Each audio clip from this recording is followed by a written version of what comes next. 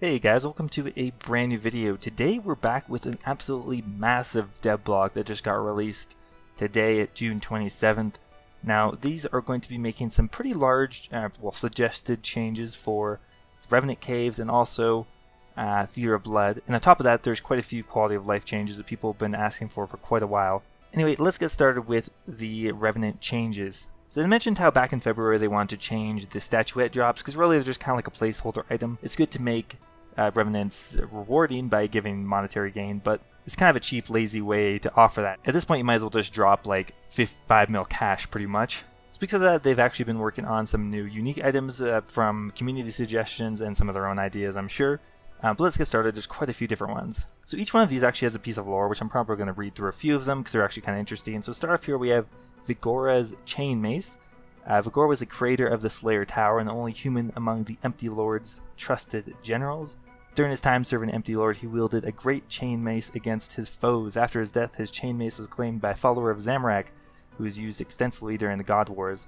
Though God Wars are long over, many participants still cling to this world as Revenants. Among these Revenants, the wielder of Vigorra's chain mace can still be found. So it's a tradable one-handed flail that can deal additional damage to wilderness NPCs. Now with all the items, this is a similar trend through all of them. They're all going to be wilderness-specific items. They're high-risk, high-reward items. Its stats are similar to that of a Dragon Scimitar, however when it's charged with 1000 Revenant Ether, an additional 50% melee accuracy and 50% melee damage boost is activated, only versus wilderness NPCs. So I think it's cool adding some niche items used in the wilderness. I'm glad this cannot be used outside of the wilderness against other players, I think, or against NPCs that aren't in the wilderness. One other thing worth mentioning, as with most of these items, when it's charged with 1000 Revenant Ethers, you will always drop it when you die. That doesn't seem to infer that the item itself is dropped, so it seems to just be the risk is the 1000 Revenant Ether. So it seems like the current value of the Revenant Ether is about 70, just checked on G-Tracker, so that's about a 70k risk, which is fine. I thought it would be a little bit more than that, but I guess if you make too big a risk, people won't use it, so I think that's probably about right. So next up we have Crossbow, which is pretty similar to the melee weapon. However, it's a tradable two-handed bow that can deal additional damage to wilderness NPCs, has the same stats as a magic shortbow imbued, but when it's charged with 1000 Revenant Ether, it deals an additional 50% ranged accuracy and 50% range damage boost. So when you die with it, you're always going to lose the 1000 Ether as well, but one other thing worth mentioning is that it does not actually use ammo on its own. It relies on the use of Revenant Ether stored within the bow. One Ether is going to be used per hit. And I forgot to mention on the other one Revenant Ether is used per hit as well, so you'll need to charge it up possibly with more than 1000, because once you go under 1000 Ether in it, you will lose your bonuses, so you might have to charge it with 2000 or 3000, in which case you'll be risking a couple 100k. Next up we have an equivalent magic weapon. It's a one-handed magic weapon that can deal additional damage to only wilderness NPCs again, has the same stats as a Master Wand, but again when it's charged with 1000 Ether, it'll have an additional 100% magical accuracy and 25% magic damage boost. So if normally you have a magic accuracy of 40, you'll now have a magic accuracy of 80. I think some people are getting confused as in like you would hit every single time 100% accuracy. No, I think it just means it doubles your accuracy stat, because otherwise that would be extremely overpowered.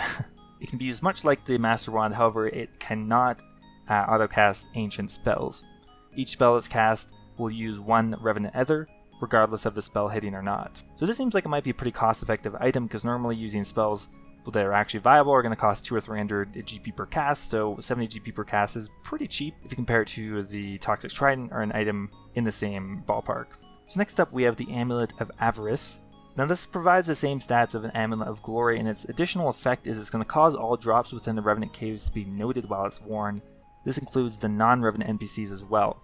So I think this could be useful for like Wilderness Slayer if you're going to be doing that in the Revenant caves. However, actually the noted aspect of the Revenant drops, I don't know how useful that's going to be, because people are already, well most people anyway, are going to be banking pretty quickly. It's not super desirable to have a ton of noted items because you can get back there pretty quickly and the drops add up again very quickly. So I don't really see anyone staying there for like 3 hours and just taking advantage of these noted drops. It only takes like a minute to bank. So I'm not really sure about that. Maybe it'll be useful for doing Slayer. And this is actually a very interesting item, the Ferocious Ring. So the Ferocious Ring is going to continue with the risk versus reward factor offered by the other items. It's going to be similar to that of an unimbued Fremenic Ring. However, it does have the additional effect of increasing your accuracy and damage based on how deep you are in the wilderness.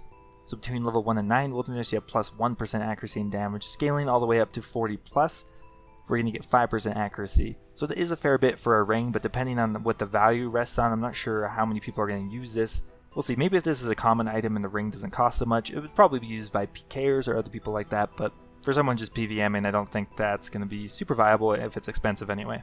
So this is probably going to be a pretty controversial one. They're thinking of adding a new spell called Restraint.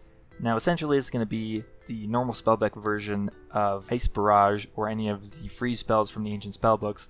So with the recent addition of the surge spells from the Dragonslayer 2 quest, a lot more players have been using the standard spellbook. So one of the common frustrations is that when you're using the standard spellbook, there's no way to freeze players. With the ancient spellbook, most players will opt to use Icebridge at level 894, and they're capable of hitting 30 as well being frozen. The standard spellbook equivalent is Entangle. It's a level 79 spell that can hit only to 5, and it only stuns you for 15 seconds. So Restraint would actually be a spell scroll drop from the Revenant NPC, so it might be a very viable drop at first. However, since I think so many people are killing it, it probably will drop down pretty quickly to not being very valuable. Once you read the spellbook, you're going to unlock Restraint permanently. It's going to cost 5 Wrath runes, 10 Fire runes, and 10 Earth runes per cast. Currently the Wrath rune is about 400, so that'd be 2k per cast. Icebridge, it's probably a little bit cheaper to use Icebridge currently. Once you've learned Restraint, you'd be able to stun people for 20 seconds unless you're using Protect from Magic, in which case it'd be 15. However, you'd only be having a max hit of 8, so it definitely has lower DPS than an ancient magic spell. However, that combined with being able to teleblock people in the same spellbook might be a little overpowered. So speaking of teleblock, another change you want to do is actually make it free to play. Now I'm pretty sure way back in the day it actually was a free to play spell and they made it pay to play like 10 years ago or something. So this actually has been a change that people have tried to make quite a few times. It's failed to pull multiple times. With the recent launch of the free to play PvP world has led a lot of people to want it to be free to play again. We'd like to offer Revenant NPCs to drop the chance of a teleblock scroll as well. This would allow players to cast teleblock on other players without the required runes in both members and free to play. So that means you have to carry around this teleblock scroll the entire time, I believe. It's not like the other scroll where you learn it permanently. So unlike most teleport scrolls, you actually have to keep it in your inventory and use the scroll on another player. It would never splash when used on another player either, which seems interesting. So unlike teleport tablets, you will have to require 85 magic to use the teleblock free-to-play spell. I'm assuming they're going to keep 2 distinct different spells. One is the pay-to-play spell used with runes, and it lasts for 3 or 4 minutes or whatever it is. And there's a free-to-play version where you have to keep the scroll in your inventory, you use it, and it will never splash. However, it only lasts for 1 minute, regardless of the Protect from Magic being active or not. So 85 magic is a pretty hefty requirement for a free-to-play account, so it seems very unlikely that someone's going to level up to 85 magic just in free-to-play. So it kind of is an interesting dynamic where people might train in pay-to-play to get high enough magic and then go do some free-to-play PKing with this interesting spell. Anyway, I'm not sure how I feel about that, but it's an interesting change. Okay, so this next item is a little interesting. So the next proposed item is the barbed rete, or rete, I don't know. It was a weapon utilized by bandits that hailed from the Caridian Desert, so that's kind of an interesting lore. So it's going to be a tradable offhand item, so I guess it'll go in the shield slot, requiring 60 range to equip. When it's charged with a minimum of 1000 Revenant Ether, its special effect is It's a Trap, kind of a meme. It can be right-clicked and used on another player, similar to how the Dragonfire special effect works. On a successful It's a Trap, the opponent will be unable to move for 20 seconds and will be poisoned.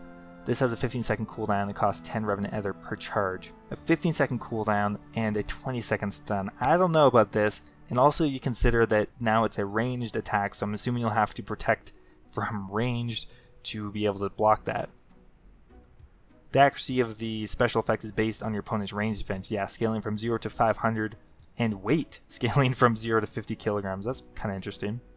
The opponents can reduce the time they're held by attacking the player who has trapped them. Each attack will remove 5 seconds from the overall time. So if you have a ranged weapon, you'll be in luck. If you just have melee, you're going to be kind of screwed. So I don't know about this. This is going to be very interesting. So if you're running away in the wilderness now, and someone has ancient magics and this stupid rete, you will have to essentially just guess what to pray against, because normally you just pop on Protect from Magic and run away. But now if they have this, you might want to consider praying range. I don't know.